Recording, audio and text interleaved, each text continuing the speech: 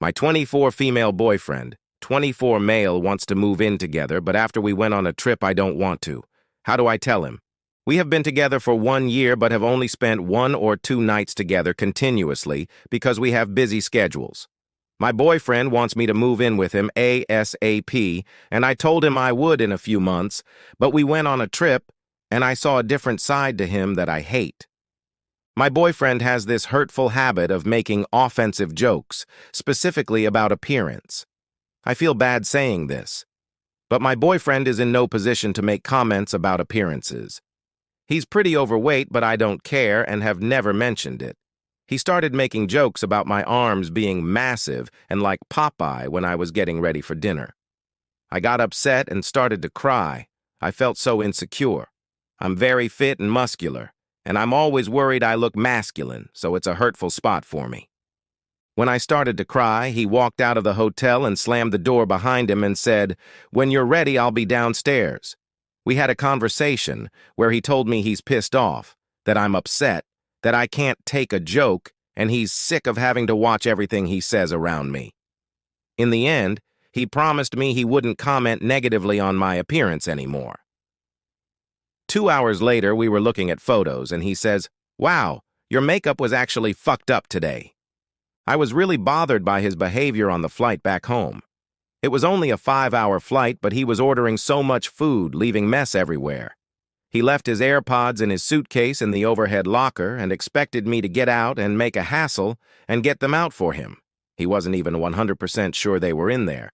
When I said I don't really feel like waking up the guy next to me to scramble looking for his AirPods, he rolled his eyes and turned his back to me. Here's the real kicker. The flight attendant was giving clear instructions to please buckle seatbelts and turn phones on flight mode, but my boyfriend was blatantly ignoring her and trying to upload selfies on Instagram. I asked him if he could please listen to her, and he completely flipped and said, "Why do you have to piss me off all the time? You're not my mother. I'll do whatever I please. Don't tell me what to do."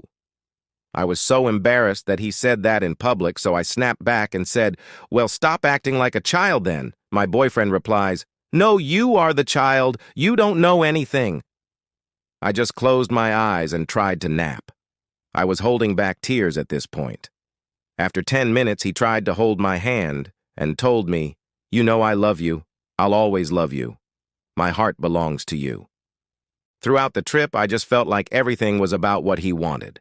On one of the days, I told him it's best if we do our own thing, to which he agreed. We were only apart for 8 hours, but he called me a few times asking what I was doing. When we met up again, he told me he missed me and was worried about me. He was thinking about me the whole time. For me, it was the complete opposite. Without him, I felt peace. Despite all of this, my boyfriend is always kissing me and cuddling me, telling me he loves me. When I went home after we got back from the trip, he said he's so sad to go home without me and he wishes we lived together. But his behavior on this trip turned me off completely. How do I tell him I don't want to move in? He's going to be hurt. I know it. Now for some comments. You should be breaking up with him, not worried about how to tell him you don't want to live with him.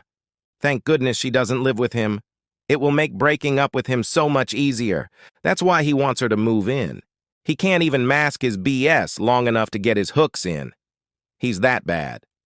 This guy is just so offensive and verbally abusive, you should just break up with him as soon as possible. Also, don't do it in person for your own safety. If you have things at his place, get them out. Next story. My husband. 30 male dropped our baby, and I, 25 female, slapped him. Can our marriage be repaired? We have been married for several years. We welcomed our first baby earlier this year. Other than typical newborn stress, we have been pretty happy. Until this past weekend. I received a call from my husband telling me to come home, and then hung up. He said nothing to me. I frantically drove home from work. Upon entering our home, he started yelling at me for being a horrible mother and how dare I not be home and not answer his calls. I was at work when he needed me. He then told me that our daughter had fallen. He put her on the kitchen counter in her car seat without being strapped in and walked away for 10 minutes. even went upstairs, watched TV, played on his phone. In that time, she had wiggled out of her car seat and fell onto the kitchen floor. I was aghast when I heard this. The rage I felt was indescribable. In my fury, I slapped him. As soon as I did it, I ran off to our daughter's nursery and drove her immediately to the ED to be evaluated. Thankfully, she was okay. Now we are sitting in the aftermath. I am upset and feel my trust has been betrayed. He had been drinking around her all day, and that infuriates me. He, on the other hand, is enraged about the fact I slapped him. I don't think physical violence is ever okay, and I apologized for it. He's hell-bent that the slap will be the reason we now get divorced. He says it was all just a mistake and that it won't happen again. And he may be right. I really don't know if there is any recovery from this. It feels like our marriage is over. Do you think there is any way this can be worked out? We do plan to see a therapist. Now, for some comments, you should see a therapist so they can knock some sense into you. Leave him. Divorce him. He's a useless bag of crap. Get rid of him. How dare he call you a horrible mother when he was supposed to be the one that was supposed to be taking care of her while you were at work? He's lucky you only slapped him. That man is dumber than a box of rocks. He called you a horrible parent when he's the one who literally placed a child in a car seat, unbuckled on the counter, and basically forgot she was there. His negligence could have caused the death of your child. Thank goodness it didn't. But how is this your fault? While drunk, no less. Awful. Too drunk. And not willing to face the music that he knew he'd face taking in his injured child while visibly drunk, with an injury that happened due to his negligence. That gets CPS and police attention. No, better to bully his wife and hopefully she'll take the kid in and just say, "It was an accident," when they ask. Quote unquote, he had been drinking around her all day. It's horribly negligent to do that one time. One time is enough to leave, and call CPS would be justified. But I don't know, the way OP wrote her post, it seems like this isn't the first time.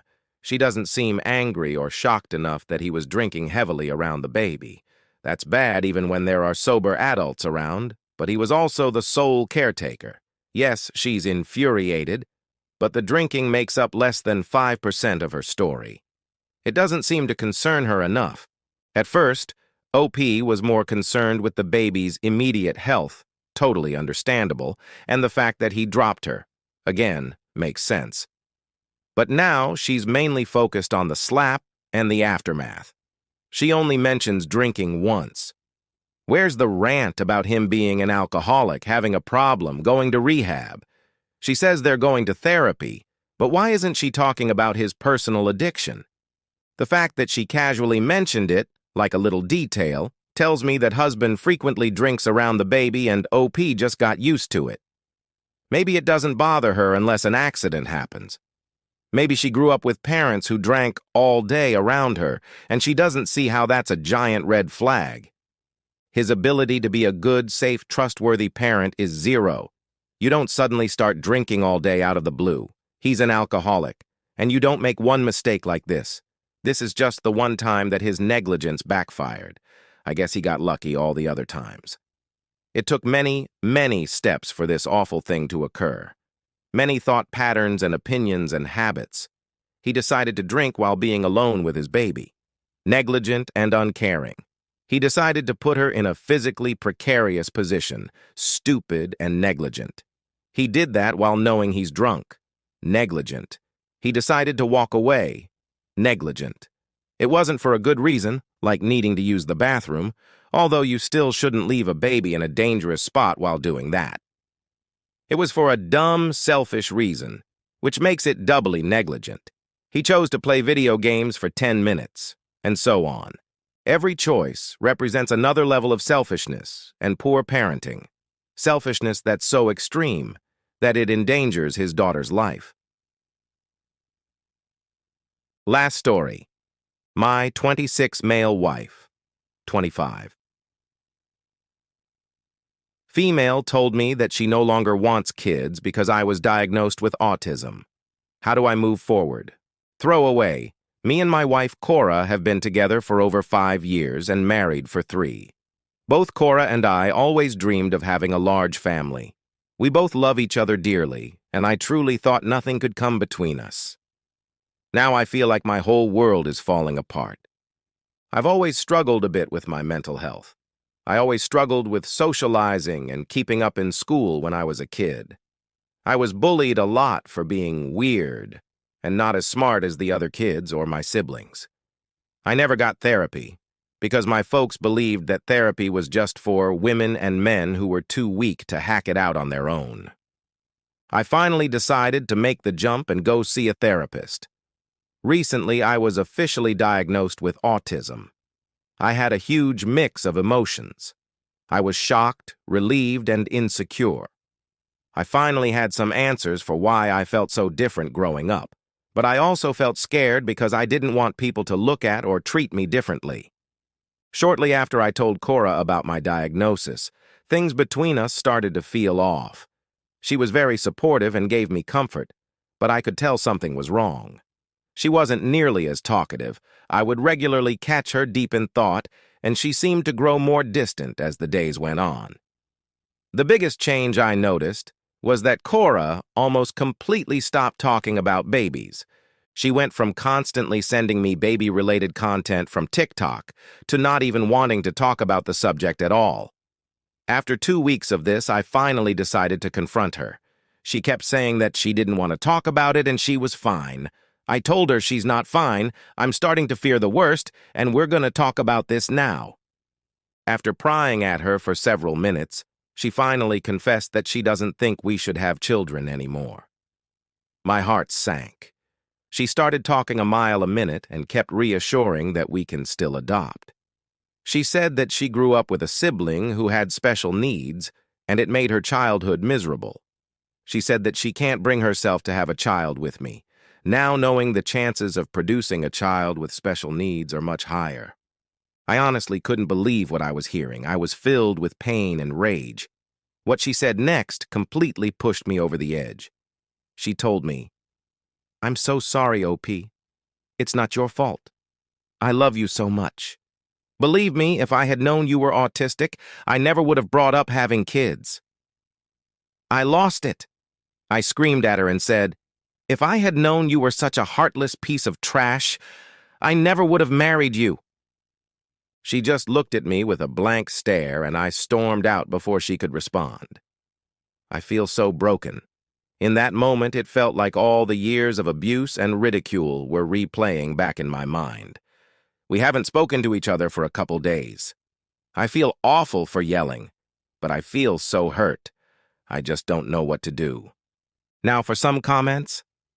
Honestly, this is something to talk to your therapist about. Reddit is not going to give you good guidance here.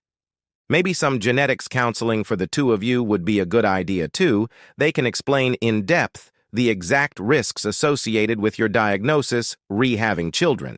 In case it isn't obvious to you, I will point out that this appears to be a trauma response from your wife. If she has not been through therapy herself, it would be good for her to do so. I'm not so sure it's just a trauma response from the wife. Special needs kids are tough. Autism is genetically linked, and while most cases that we see and hear about are mild, there are also many cases where the child is high needs. Autism isn't something that can be screened for. It's also not predictable how drastic it will be. It seems pretty logical. The wife still thinks adoption is a good choice, so it's not like she gave up on having kids. Exactly. I have autism, my partner has severe ADHD, and we have a daughter with autism that at this point will probably always live with us. Special needs children and adults are hard if you're not ready or equipped to deal with them. I'm lucky that I have my lived experience and that I work in the mental health field, so I have the tools to help her thrive. We are also in a really good school district. Not everyone has that or can get that. Edit. If you're not going to read the thread, I'm not wasting my time here. I've already said I don't believe she's ready or equipped for any children in any way she can have one. I'm not going to argue my lived experiences as a person with autism and as a mother to an autistic child. We're lucky to be in an area where we can access programs and resources. Not everywhere has it. Neurodivergence isn't cared enough about or understood enough. The access is awful in even the better areas. I won't be arguing this more. If she's not equipped, she shouldn't have a child. Life sucks. This world was created for neurotypicals, and until more people learn, we have to seek accommodations, etc. Even professionals aren't always equipped.